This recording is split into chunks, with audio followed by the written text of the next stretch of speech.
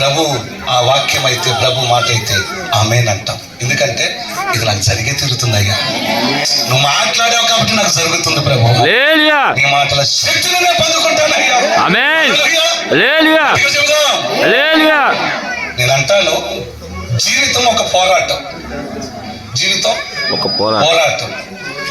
ఈ జీవితం అనే పోరాటంలో కొంతమంది గెలుస్తారు, పోరాటంలో కొంతమంది ఓడిపోతారు.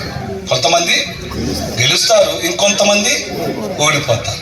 ఇంకొంతమంది పోరాడి పోరాడి పోరాడి అలసిపోయి మధ్యలో ఆగిపోతారు. ఏం చేస్తారు? అటు గెలుపు ఇటు ఓటమి లేకుండా మధ్యస్థంగా ఆగిపోతారు. మళ్ళీ చెప్పమంటారా? జీవితం అంటే ఒక పోరాటం.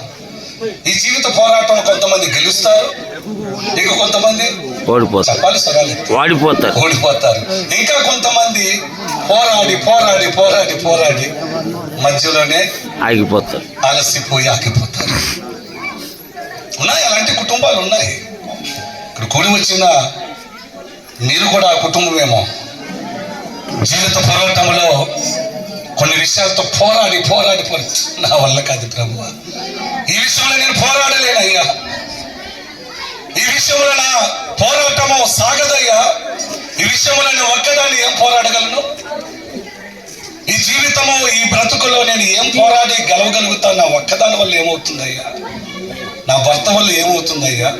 నా పిల్లల వల్ల ఏమవుతుందయ్యా? ఆగిపోయేవారు లేరా? ఎంతో మంది ఉన్నారండి. చాలా కుటుంబాలు ఇదే జరుగుతుంది.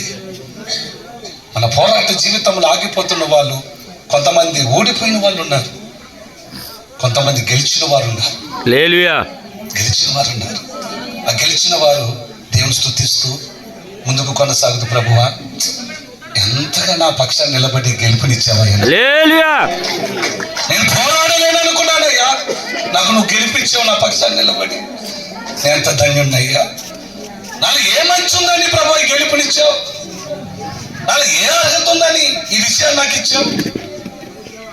నేను నీకు ఏమవుతానని, నీ కొరకు నేను ఎలా వాడబడ్డానని నా పక్షాన్ని నిలబడి నా తలెత్తి అనేకుల ఎదుట నా పేరు ఖ్యాతిని పెంచావు. ఏంటయ్యా ఇది అనేవారు ఉన్నారు. ఇంకొంతమంది ఎలాంటి వారు ఉన్నారు తెలుసా? ఏంటి ప్రభువా, నిన్ను నమ్ముకొని నీ విన్నంటే నీ అడుగులలో అడుగులు వేస్తూ బ్రతుకుతూ ఉన్న నా జీవితంలో ఈ ఓటమి ఏంటయ్యా? ఏ విషయంలో నాకు గెలుపు లేకుండా ఓడిపోతున్నాను ఎందుకయ్యా?